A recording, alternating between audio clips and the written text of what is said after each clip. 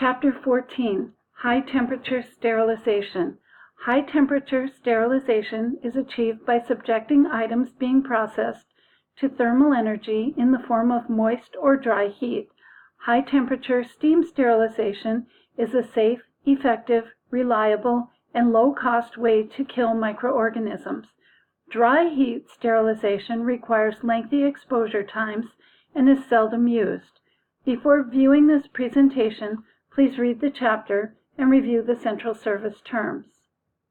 The learning outcomes for this chapter are to discuss factors that impact the effectiveness of sterilization, describe the conditions necessary for an effective steam sterilization process, and review sterilization process indicators and explain the need for quality control.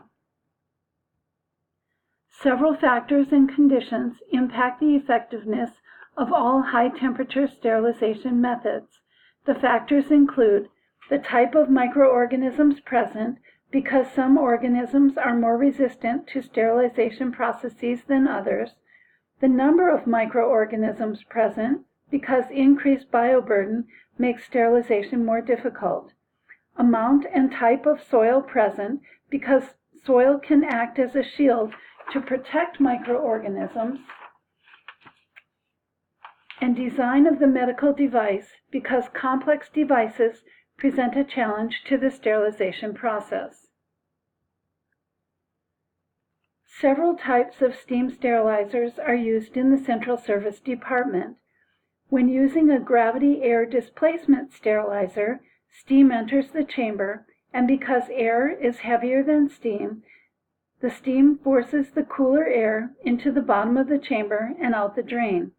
The dynamic air removal sterilizer employs a vacuum pump or water ejector to remove air from the chamber. The pre-vacuum steam sterilizer depends on one or more pressure and vacuum sequences at the beginning of the cycle to remove air during the preconditioning phase. Steam flush pressure pulse sterilizers use a repeated sequence of steam flush and pressure pulse to remove air from the chamber and materials to be processed.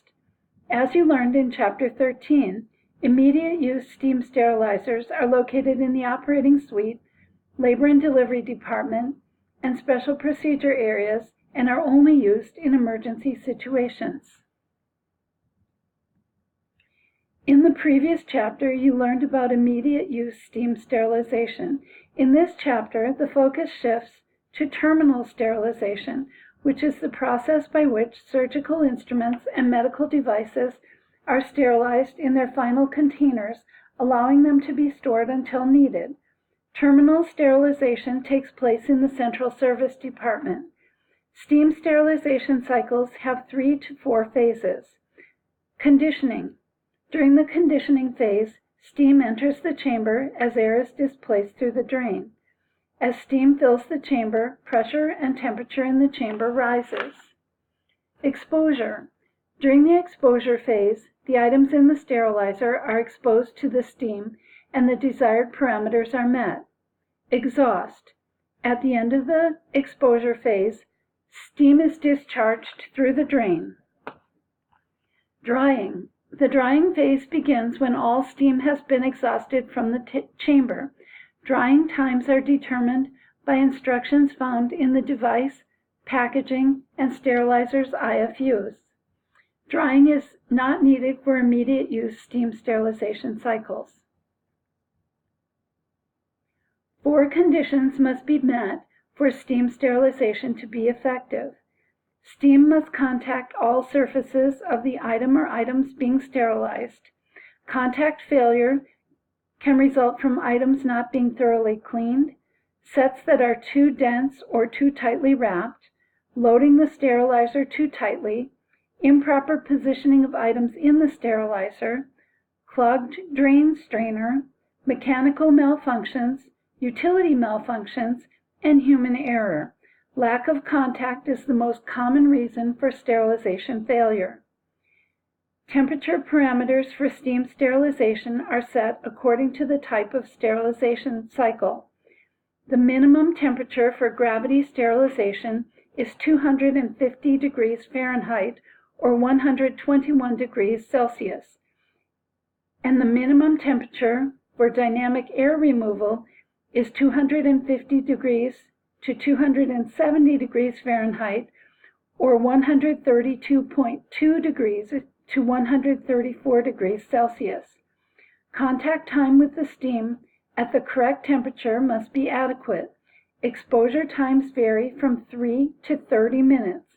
Exposure times for gravity air displacement and dynamic air removal sterilizers can be found in Chapter 14. Dry, saturated steam is required for effective steam sterilization. Saturated steam is defined as steam that contains the maximum amount of water vapor.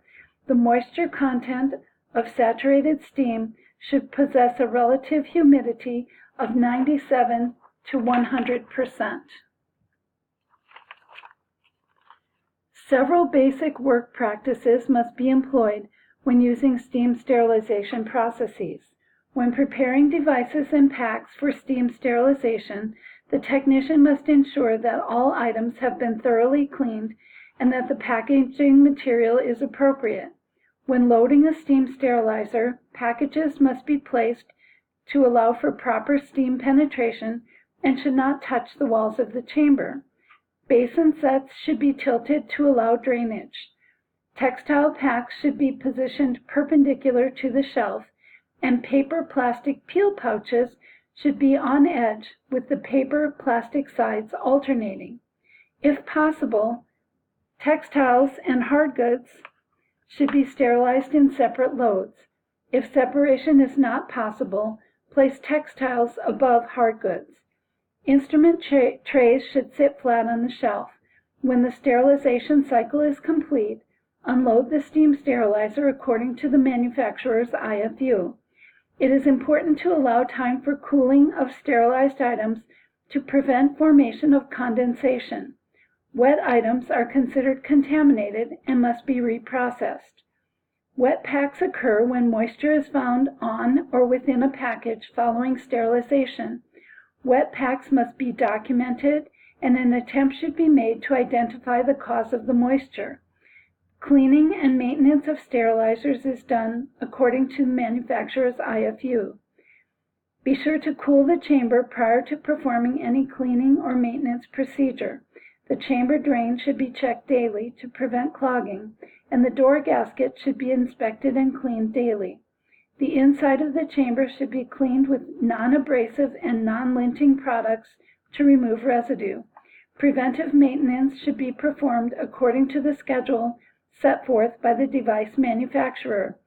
Every sterilization cycle should be monitored for quality control purposes. Details concerning sterilization monitoring are addressed in Chapter 17.